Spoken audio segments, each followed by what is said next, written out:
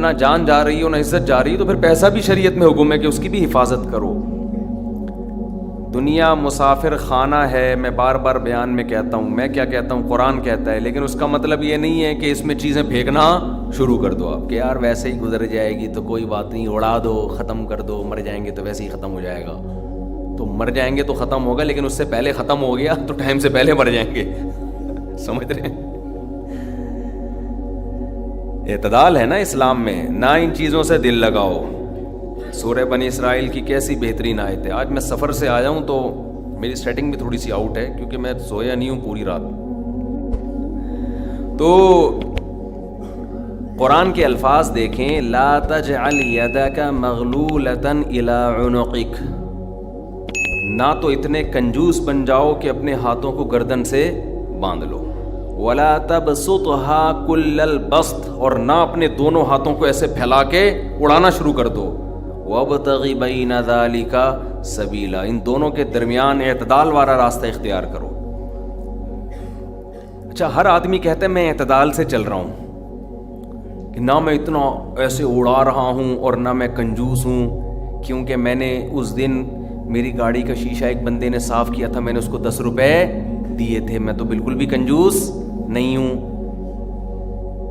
اس دن چمونی آپا آئی تھیں ہمارے محلے میں, میری والدہ کی بڑی اچھی دوست ہیں, تو میں نے ان کو چائے پلائی تھی. میں تو میں نے یہاں میری مسز نے کہا تھا کہ 2 سموسے لے آؤ, میں لے آیا تھا. اگر میں کنجوس ہوتا تو میں کہتا نہیں, نان نفقے کے علاوہ کچھ بھی گھر میں نہیں آئے گا. تو آپ میں اعتدال ہے یا نہیں, یہ فیصلہ خود نہ کرو میرے بھائی. کبھی کچھ دن سخی لوگوں کے ساتھ گزارو تو ہم سب کو پتہ چلے گا کہ ہم سب کیا ہیں, کنجوس ہیں. سمجھ رہے ہو, ہم سب کنجوس ہیں. کچھ دن سخی لوگوں میں اٹھو بیٹھو. اسلام چاہتا کیا ہے؟ جو اسلام چاہتا ہے وہ تو میں پوری بات کہوں گا تو شاید جمعہ پڑھنا چھوڑ دیں آپ لوگ. اسلام کہتے ہیں مسافر خانہ سمجھو اس کو, اتنا نہ اڑاؤ کہ کل مانگنے کی ضرورت پیش آ جائے, بس اس سے کم خرچ کرو, ٹھیک ہے نا, یہ رکھنے کی چیز نہیں ہے.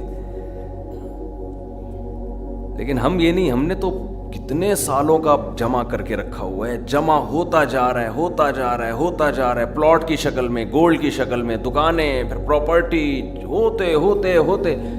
کمال کی بات یہ, اسلام کمانے سے منع نہیں کر رہا, جمع کرنے سے منع کر رہا ہے. اور ہم نے دینداروں کو دیکھا ہے کمانے کی زیادہ کوشش نہیں کر رہے, جمع زیادہ سے زیادہ کر رہے ہیں.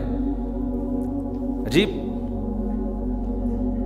بھائی, ارننگ بڑھاؤ, اپنی ڈبل کر دو, اس میں فائدہ ہے. مسلمان پاورفل ہوگا تو اسلام ترقی کرے گا. تو کہتے ہیں نہیں یار میری آمدن مہینے کی اتنی ہے تو مجھے کیا ضرورت ہے. لیکن اس آمدن کو کیا کر رہے ہیں, جمع کر رہے ہیں. بھائی کمائی ڈبل کر دو تاکہ خرچ بھی کیا ہو جائے, خرچ اچھی جگہوں پہ شروع کر دو. اپنے لیے نہیں کماؤ, قوم کے لیے کمانا شروع کر دو نا.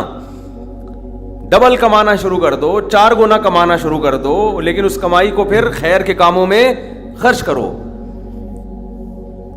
نبی صلی اللہ علیہ وسلم نے فرمایا ایماندار تاجر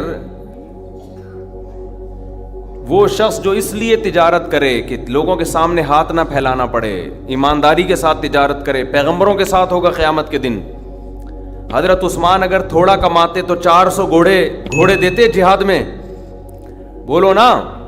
گھوڑا لینڈ کروزر تھا اس زمانے کی, 400 V8 حضرت عثمان نے دیے ہیں. کتنا کمایا ہوگا. ہاں اتنا کمانا کہ آپ اپنے صحت کی کبھی خیال نہ کر سکیں, آپ بیوی بچوں کو بھی ٹائم نہ دے سکیں, وہ پھر کمانے میں بے اعتدالی ہے. کمانے کا ایک حد تک آپ کے ٹائم اور جسم سے تعلق ہے, اس کے بعد کھوپڑی سے تعلق ہے. کھوپڑی نہیں استعمال کر رہا, گدھا بنا ہوا ہے, محنت بہت کر رہا ہے. ہم نے ایسے کمانے والے دیکھے ہیں کہ سارا دن کمانے کی فکر میں ہوتے ہوتے بچوں کی فکر ہی نہیں ہے, بیوی کو ٹائم نہیں دے رہے, ماں باپ کو ٹائم نہیں دے رہے, اپنی صحت کو ٹائم نہیں دے رہے. تو زیادہ کمانے کا یہ مطلب ہرگز نہیں ہے. زیادہ کمانے کا مطلب یہ ہے کہ کمانے میں ٹائم تو آپ نے اتنا ہی دینا ہے جتنا آپ کی صحت اجازت دیتی ہے. نماز کا ٹائم نکلے, تہجد کا ٹائم نکل جائے, تسبیحات تلاوت کا ٹائم نکلے, اس میں آپ کے لیے کچھ اللہ کا ٹائم بھی نکلے, کچھ دین کی تبلیغ کا ٹائم بھی نکلے, کچھ پڑھائی کا ٹائم بھی نکلے. ویڈیو نہیں بنائے بھائی, یہاں لکھا ہوا ہے نا, کچھ پڑھائی کا ٹائم بھی نکلے, یہ تمام چیزوں کا ٹائم نکلنے کے ساتھ ساتھ پھر کمانے کو ٹائم دینا ہے.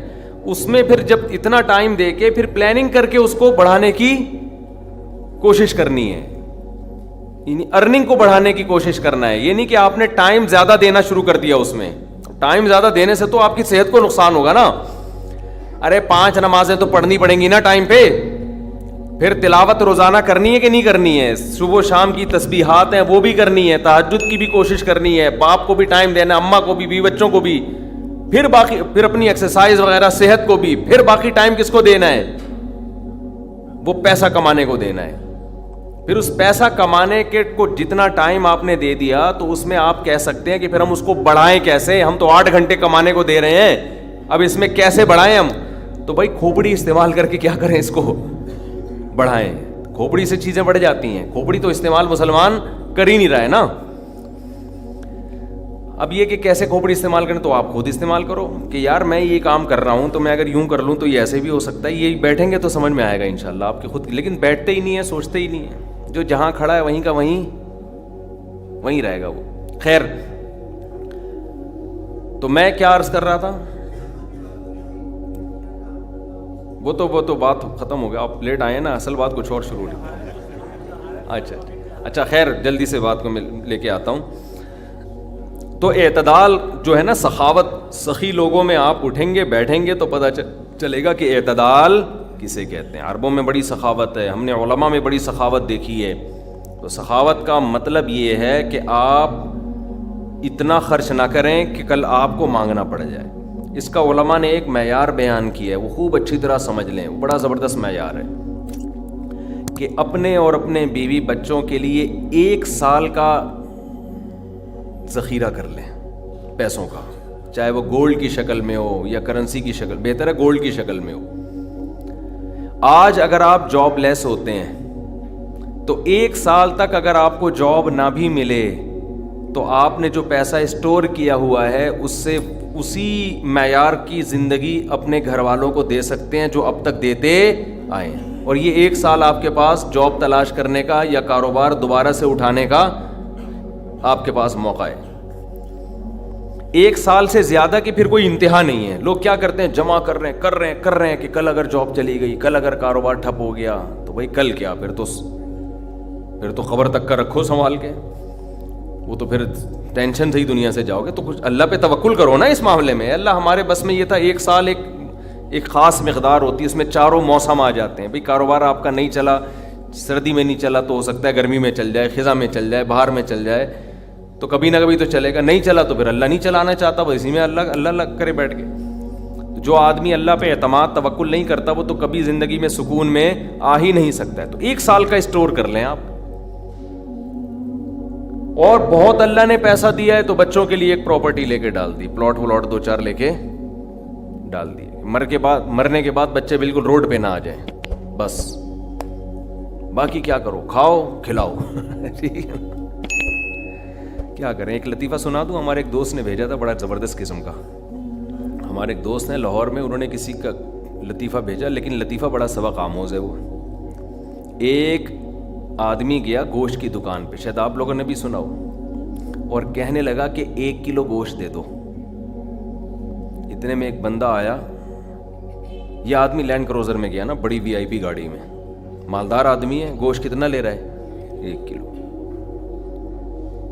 دوسرا آدمی آیا, اس نے کہا بھائی 10 کلو گوشت دے دے, چانپیں بھی اور دل بھی, کلیجی بھی, پٹ کا گوشت الگ, بکرے کی الگ نکال, فلانے الگ نکال.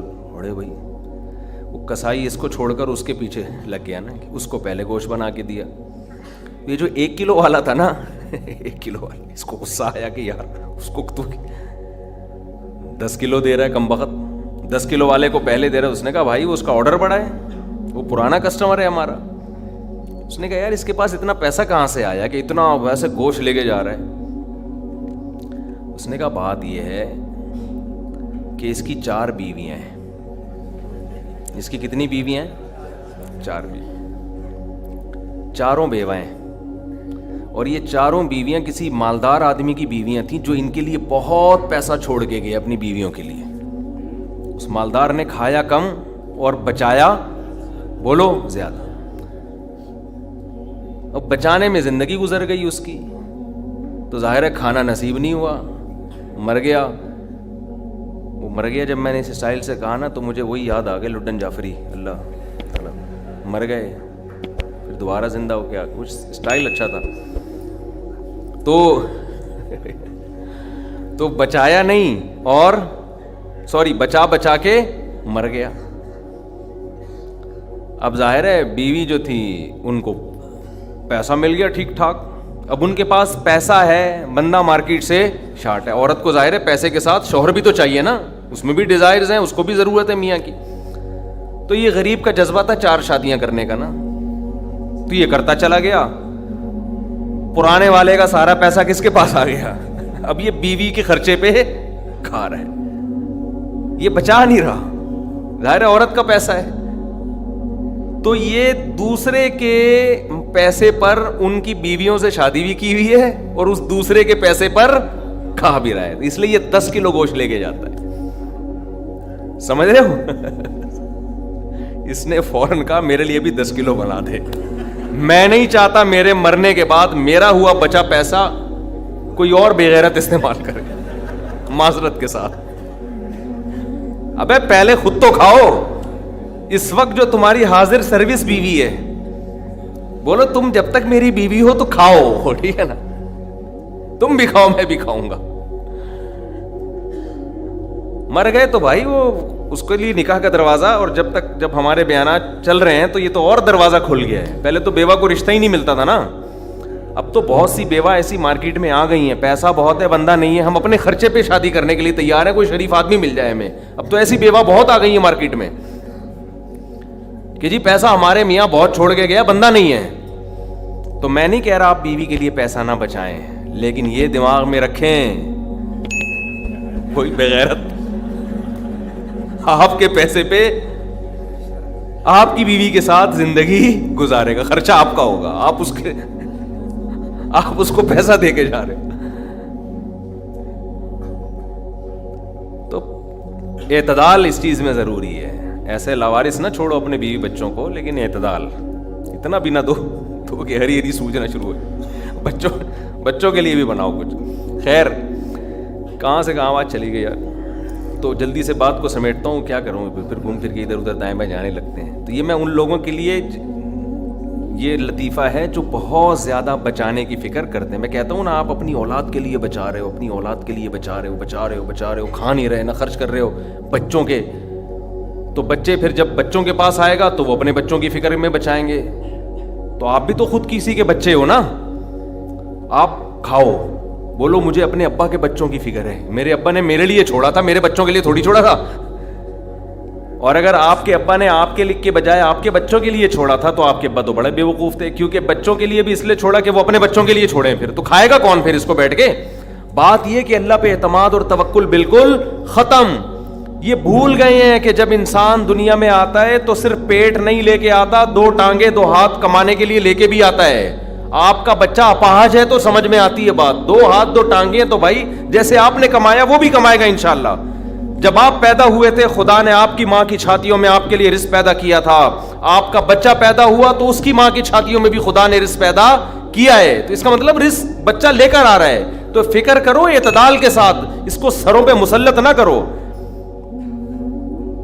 مسلط نہیں کرو، مسلط اتنی کرو کہ بس میں نے کمانا ہے، بیوی بچوں کو فی الحال کھلانا ہے میں نے، اس کے علاوہ رزق کے دروازے کھل رہے ہیں تو کھلے، جتنا اللہ کھول دیتا ہے، بعض دفعہ نہیں کھولتا اللہ تعالیٰ، یبسط الرزق لمن یشاء ویقدر، جس کے لیے چاہتا ہوں رزق کھول دیتا ہوں، جس کے لیے نہیں چاہتا وہ ایڑیاں کس رگڑ لیتا ہے، مگر رزق کا دروازہ نہیں کھولتا۔ تو ٹینشن کس بات کی ہے؟ یہ تو اللہ کے ہاتھ میں ہے، آپ نے کوشش کرنی ہے، نتیجہ آپ کے ہاتھ میں نہیں ہے۔ اللہ غریب رکھے تو بھی خوش، انجوائے کرو یار، جس نے مجھے کھلا دیا تو بس میری ضرورت بھی 2 پراٹھے ہیں، تو میرے بچوں کی بھی یہی ضرورت ہے، اللہ ان کو بھی کھلا دے گا۔ اللہ میں لاہور سے آیا ہوں، پراٹھا آتے ہی پراٹھا کھایا ہوٹل پہ جا کے، اتنا مزہ آیا کہ سبحان اللہ، نہیں ملتے پنجاب میں یہ والے پراٹھے، یہ چیز نہیں ہے پنجاب میں۔ پنجاب میں لسی ہے، پائے ہیں ہوں گے بھائی، یہ چیز نہیں ہے بھائی۔ رفیع بھائی بہت دیکھ لیا، مایوس ہوتا ہے نا انسان جا کے، وہ ناشتے کا وہ لک ہی نہیں آ رہا ہوتا۔ تو ہماری ضرورت بس یہی ہے تو اللہ دے دے تو ٹھیک ہے بھائی، کچھ بہت دے دیا، کھا پی بھی لیا، استعمال بھی کر لیا، تو چلو یار ایک آدھ بحریہ ٹاؤن میں بچوں کے لیے پلاٹ بنا کے چھوڑ دیا، مرمر آ جائیں گے تو چلو بھائی، اس سے زیادہ tension tension tension tension tension آخرت کی ہے. ہمارے ایک دوست نے پراپرٹی لی، اس کے ساتھ ہی قبرستان بھی ہے، تو بار بار وہاں کھڑے ہو کے بول رہے ہیں کہ یار دیکھو، میں ان سے کہہ رہا تھا، ان کو ڈرا رہا تھا، میں نے کہا آپ اپنا پلاٹ دیکھ دیکھ کے خوش ہوتے رہتے ہو، اصل پلاٹ تو یہ ہے، یہاں ہے، تھوڑے دنوں میں کدھر آنا ہے، ادھر آنا ہے. میں نے کہا یہاں آپ جو پلاٹ لیا اس پہ مکان بناؤ گے 10 15 20 سال کی کہانی ہے آپ کی، اس سے زیادہ کی مجھے سفید بال دیکھ کے لگ رہا ہے کہ ہوگی نہیں، اور یہاں 20,000 25,000 30,000 پتہ نہیں کتنا رہنا پڑے. تو جب اپنی پراپرٹی کو دیکھنے جاؤ، ساتھ میں یہ قبرستان پہ تھوڑی دیر کھڑے ہو کر دیکھ لیا کرو کہ یار آنا کہاں ہے، ادھر ہی. تو اتنا زیادہ خوش ہونے کی بالکل بھی ضرورت نہیں ہے. اس کی تیاری کیا کی ہے اس قبر کی، اس کی تیاری کرو. اس کی تیاری ہے راتوں کو تہجد، اللہ کے سامنے گڑ گڑانا، نظر کی حفاظت کرنا، حرام کھانے سے اپنے آپ کو بچانا، اپنی اولاد کی اچھی تربیت کرنا. یہ اس کی تیاری ہے اس قبر کی. ذکر کرنا، دیکھو یہ جو ہم ذکر کرتے ہیں نا، لا الہ الا اللہ یا سبحان اللہ والحمد للہ، یہ ہلکے کلمات نہیں ہیں. لوگ اس کو ہلکا سمجھ رہے ہوتے ہیں نا، کہ کوئی تسبیح پکڑ کے لا الہ الا اللہ اللہ اللہ کر رہا ہے بیٹھ کے، کیا کر رہا ہے، ٹائم ویسٹنگ معاذ اللہ. اللہ کو سب سے زیادہ یہ عمل محبوب ہے کہ میرا تذکرہ کر رہا ہے.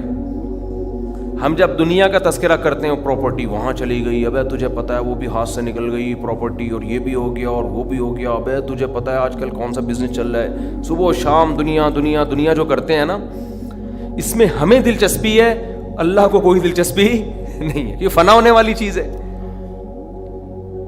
اور اگر ہم زبان سے لا الہ الا اللہ اللہ اکبر شروع کر دیں تو اس میں ہمیں دلچسپی نہیں ہے، لیکن اللہ کو اس میں بہت دلچسپی ہے. نبی صلی اللہ علیہ وسلم نے فرمایا اللہ کے ذکر کے علاوہ سب کچھ اس دنیا میں باطل ہے، سب کچھ باطل ہے.